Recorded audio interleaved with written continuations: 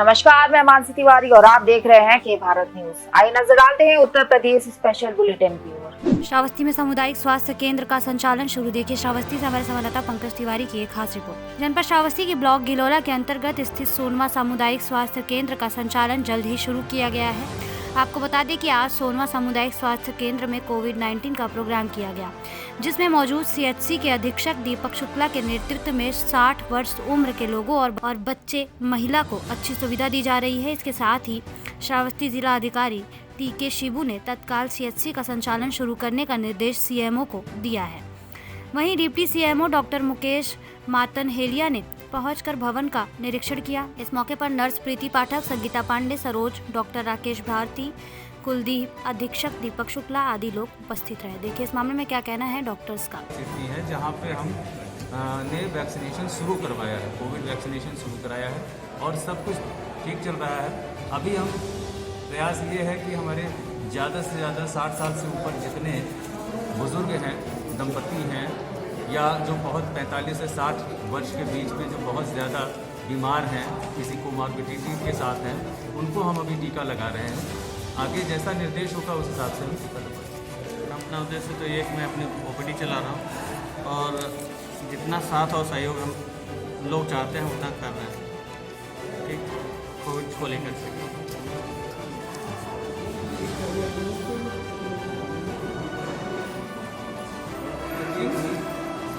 मैं ये कहना चाहूँगा कि ज़्यादा से ज़्यादा ग्रामीण क्षेत्र में जितने बुज़ुर्ग हैं, महिला हैं, पुरुष हैं, बुज़ुर्ग 60 साल से ऊपर, और वो जो 45 और 60 वर्ष के बीच में है और गंभीर बीमारी के साथ है, उनसे ये अनुरोध करूँगा आपके माध्यम से कि ज़्यादा से ज़्यादा संख्या में वो हमारे सेंटर पे आएँ और टीका लगवा लें। ठीक है।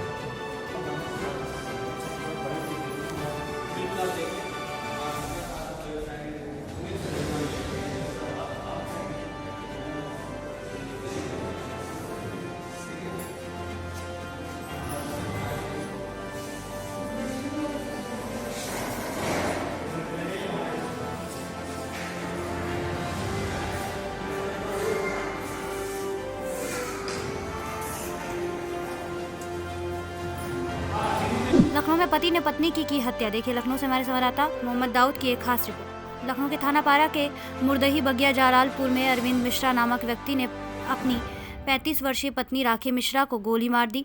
सूचना पाकर मौके पर पहुंची पुलिस ने घायल रेखा को ट्रामा भेजा, जहां पर उसकी मौके पर ही मौत हो गई। फिलहाल पुलिस ने शव को कब्जे में लेकर पोस्टमार्टम के लिए भेज दिया है। बताया जा रहा है कि शराब के नशे में पत्नी से हुए विवाद के बाद पति ने पत्नी को गोली मार दी। इस मामले में आरोपी पति को पुलिस ने गिरफ्तार कर लिया है और उससे पूछताछ कर रही है तथा लाइसेंसी रिवॉल्वर भी बरामद कर ली है।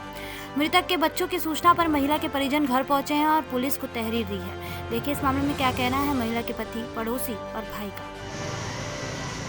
यहाँ पे हम अभी आए हैं, हम शाहजहाँपुर से आए हैं जी, और हमारे पास बच्चे का, हमारे नाती का फ़ोन गया सुबह लगभग 8:30 बजे कि पापा ये मेरी मम्मी को ये इन्होंने गोली मार दी।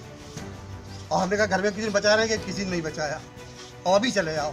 हमने कहा हम अभी आ रहे हैं बेटा, तो हम कब तक आप आएंगे? लेकिन हमें 2-3 घंटे लग ही जाते हैं शाहजहाँपुर से आने। तुरंत हम लोगों ने हमने खाया पिया अभी कुछ नहीं है, और हम चारों भाग के आए लड़के।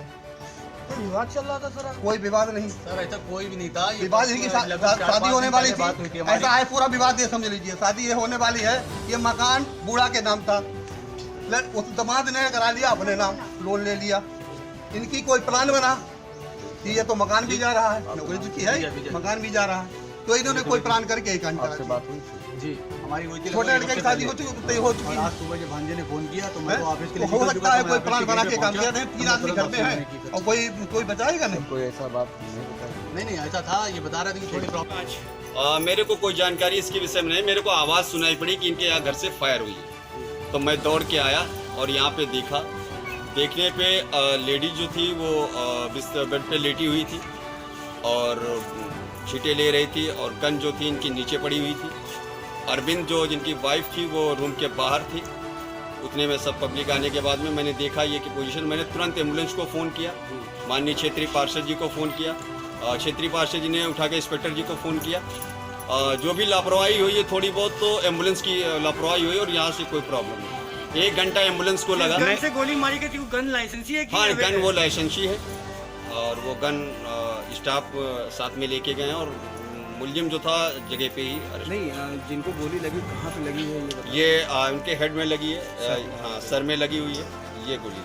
मेरे पास पिक्चर है, मैंने फोटो देखी। क्या मामला हुआ था अब ये मैं नहीं जान में? सकता, नहीं कोई प्रॉब्लम नहीं, बट ये नहीं। जी, क्या मामला मामला हुआ? ये है कि देखिए अभी तक इन्होंने जितने भी सन 2005 से लेके परेशानियां बहुत दी हैं हम लोग चलिए कोई बात नहीं, हमारा परिवार चलाना था, हम लोग आराम से चलाते रहे। जैसे इन्होंने मदद चाहिए हमने हमेशा दी, ठीक। सन 2005 से लेके अब तक, और अभी इनका प्रमोशन होने का ये लफड़ा हुआ तो इनका प्रमोशन हुआ, उसके बाद ये वहाँ पे इनका झांसी की तरफ, इलाहाबाद की तरफ कहीं पे इनका ट्रांसफर हुआ। तो ट्रांसफर के बाद ये थोड़ा अपसेट हो रहे थे। अपसेट होने के बाद इन्होंने उस दिन मुझे फ़ोन किया तो बोलते अब ये 17 तारीख को तुम्हें आना है और तुम 2 दिन पहले आ जाना शादी के लिए। हमने कहा हम पहले भी आए थे, इनकी बहन की शादी हुई थी, उससे मैं कम से कम 1 हफ्ते पहले यहाँ रुक के और सारा काम मैंने देखा था। उसके बाद इन्होंने बोला कि पैसे का, हमने कहा पैसे का जैसा हमने तो अभी तक हमेशा 1 लाख 2 लाख 5 लाख जब भी तुम्हें जरूरत पड़े हमने दी है, ठीक। हम आगे भी मदद करेंगे, तो हमने टेंशन भाई नहीं ये लेनी है। पूरा और आज तक का रिकॉर्ड है, मकान हाई स्कूल इंटर सब मैंने पास कराया है ऐसा इनको। आज क्या हुआ जिससे आज तो कोई पता ही नहीं चला। अब हम तो बाहर के रहने मेरे पास तो कॉल ही नहीं है जी। सुबह कोई कॉल नहीं, सुबह सिर्फ इसकी ये फोन आया कि मामा पापा ने मम्मी को गोली मार दी। घर वालों को क्या कहना है? मेरे घर वालों को यहाँ का नहीं, यहाँ के घर वालों को यहाँ क्या का तो मैं कहना अभी है? बस आ ही पाया हूँ, अभी कुछ पता नहीं चला। अभी कुछ पता ही नहीं चला। श्रावस्ती में विशाल भंडारे का हुआ आयोजन। देखिए श्रावस्ती से हमारे संवाददाता पंकज तिवारी की एक खास रिपोर्ट। श्रावस्ती के सोनवा क्षेत्र के अंतर्गत पारणपुर मोड़ पर आज भक्तों को प्रसाद वितरित किया गया। बता दें कि संतोष कुमार जायसवाल के द्वारा पारणपुर मोड़ पर ठाकुर बाबा की ओर जाने वाले रास्ते में एक बहुत बड़ा गेट बनवाकर पूरा करवाया गया है। आज उसी उपलब्ध में विशाल भंडारे का आयोजन करके उस रास्ते से आने जाने वाले लोगों को प्रसाद वितरित किया गया। प्रतापगढ़ में नारी शक्ति रसोइया का हुआ सम्मान। देखिए प्रतापगढ़ से हमारे संवाददाता विशाल रावत की एक खास रिपोर्ट। प्रतापगढ़ में अंतर्राष्ट्रीय महिला दिवस के अवसर पर संविलियन विद्यालय स्कूल जोगापुर में नारी शक्ति के रूप में रसोइया मिथिलेश का बच्चा बैंक फ्रेंड्स ग्रुप ने सम्मान किया है। इस मौके पर विद्यालय के इंचार्ज कौशल्या यादव ने रसोइया को माता दुर्गा की फोटो भेंट की है। इसके अलावा एमपीएस हेडमास्टर लक्ष्मी पटेल ने चित्रकला प्रतियोगिता में अव्वल आई सिमरन प्रजापति को स्टेशनरी भेंट की। इसका संचालन टीचर राजेश कुमार ने किया। इस मौके पर समस्त स्टाफ मौजूद रहे। लखनऊ में करोड़ों की अष्टधातु की मूर्ति के साथ 7 तस्कर गिरफ्तार। देखिए लखनऊ से हमारे संवाददाता मोहम्मद दाऊद की एक खास रिपोर्ट। लखनऊ पुलिस ने सरोजनी नगर इलाके से करोड़ों की अष्टधातु की मूर्ति के साथ 7 तस्करों को गिरफ्तार किया है। इन तस्करों ने बुद्ध की कीमती अष्टधातु की मूर्ति को बांदा के कबरई से हासिल किया था, जिसे ये तस्कर हवाला के जरिए एंटीक आइटम के कारोबारियों को बेचना चाहते थे। देखिए इस मामले में क्या कहना है पुलिस का। कौन आरोपी हैं जो गिरफ्तार किए गए हैं और किस मामले में इनकी गिरफ्तारी की गई है, क्या बरामद? सबसे पहले तो मैं एसीपी कृष्णा नगर की टीम और डीसीपी सेंट्रल साहब की जो टीम है उसको मैं हार्दिक बधाई देना चाहूँगा कि उन्होंने एक 6 से 700 वर्ष एक पुरानी अष्टधातु की मूर्ति है जो जैन धर्म के 23वें तीर्थंकर भगवान पार्श्वनाथ की, ये अष्टधातु की मूर्ति, और इसको इन्होंने रिकवर किया है। यह एक बहुत ऑर्गेनाइज्ड गैंग टाइप का है जिसने कि इस तरह की मूर्तियों को बेचने का, जो भारत की धरोहर है उनको यहाँ से ट्रांसपोर्ट करने का काम करते थे। यह मूर्ति करीबन 2 केजी 934 ग्राम की है और इसको पुरातत्व विभाग से ASI से भी चेक कराया गया और उन्होंने भी यह प्रमाणित किया कि यह मूर्ति अष्टधातु की है।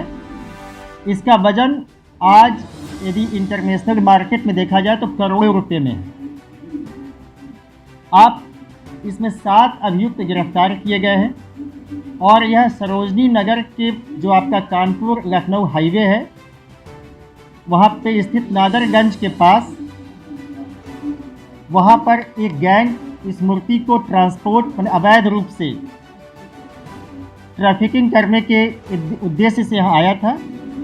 एसीपी कृष्णा नगर स्वतंत्र बहुत प्रोएक्टिव हैं और उन्होंने अपनी टीम को वहाँ पे रोप इन किया और रेड हैंडेड 7 व्यक्तियों को अरेस्ट किया गया। सबसे बड़ी बात यह है कि चूँकि यह भारत की अस्मिता और धरोहर से संबंधित एक प्रकरण है और इसका इन्होंने खुलासा किया है, मूर्ति को बरामद किया है, हमारी अस्मिता को सुरक्षित किया है। अतः पुलिस टीम को मैं कोटि कोटि बधाई देता हूँ।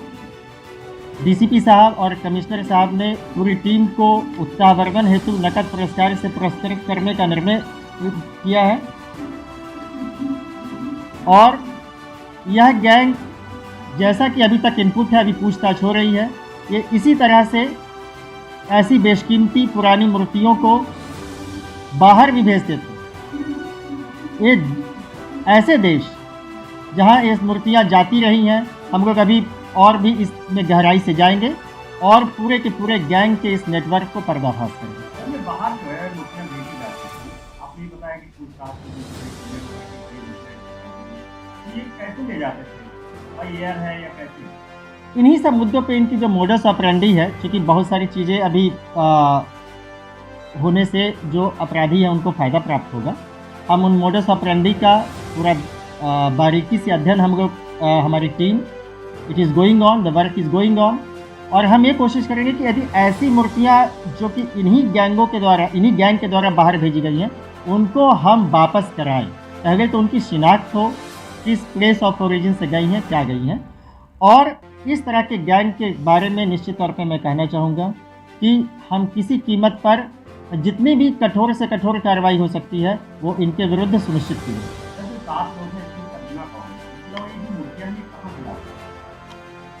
देखिए, ये मूर्तियाँ जो भारत के विभिन्न मंदिरों में हैं या बहुत प्राचीन जगहों पे अवस्थापित हैं, वहाँ से किसी बहुत सॉफिस्टिकेटेड ढंग से इन्होंने इस मूर्तियों को लिफ्ट कर दिया। इसीलिए इनका एक डॉजियर तैयार किया जाएगा, इनका मॉडस ऑपरेंडी देखा जाएगा कि कैसे है, और फिर इस आधार पर हमारी जो एक टीम है जिसने कि इसको किया है रिकवर, इसके साथ और अच्छे लोगों को और हमारी जो एएसआई की टीम है उनके साथ एसोसिएट होकर हम आगे भी इसी तरह की जो कार्रवाई है जैसा इन्होंने किया है, हम उनमें अपने उद्देश्य में सफल होंगे, उन मूर्तियों को भी वापस लाएंगे। कितना इनाम दिया है आपने पुलिस को पकड़ा?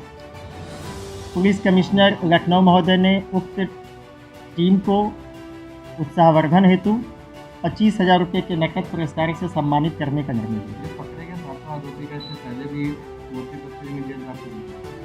देखिए, अभी इनका पूरा जो हिस्ट्री है, क्योंकि बहुत आज रात ही की बात है, 12:00 यानी कि इंटरसेप्टिंग नाइट है हमारी, उसमें हुआ है। पूछताछ हमारी जारी है। हमने एएसआई को भी यहाँ पे रोपिन किया है, वो भी कि आप आए, आप भी पूछताछ करें, क्योंकि वो एक विशेषीकृत एजेंसी है और उसके माध्यम से हम आगे इन चीज़ों को और भी विकसित करेंगे। Thank you. बाहर के लिए देखिए, चूँकि इन मूर्तियों का एक इंटरनेशनल बाज़ार है, ठीक है ना, और इन बाज़ार में किस तरह से बाहर के लोग एसोसिएट है, यही जानना सबसे इम्पॉर्टेंट है। और हमारी जो विवेचना होगी, जो कोर विवेचना होगी, उसके लिए एक विशेष टीम का गठन किया है हमारे डीसीपी साहब ने, सो दैट कि हम उन जो अपराधी हैं किस तरह से एक ट्रैफिकिंग में संलिप्त है उसके बारे में हम जानें, और एक एक व्यक्ति जो अभी पर्दे के पीछे हैं उनको भी हम प्रकाश में लेके आए और उनके विरुद्ध कार्रवाई सुनिश्चित करें। ये सारा आपको प्रेस नोट प्राप्त हो जाएगा, सारे व्यक्तियों का नाम जो है। ऐसी ही तमाम खबरों के लिए बने रहिए हमारे साथ और देखते रहिए भारत।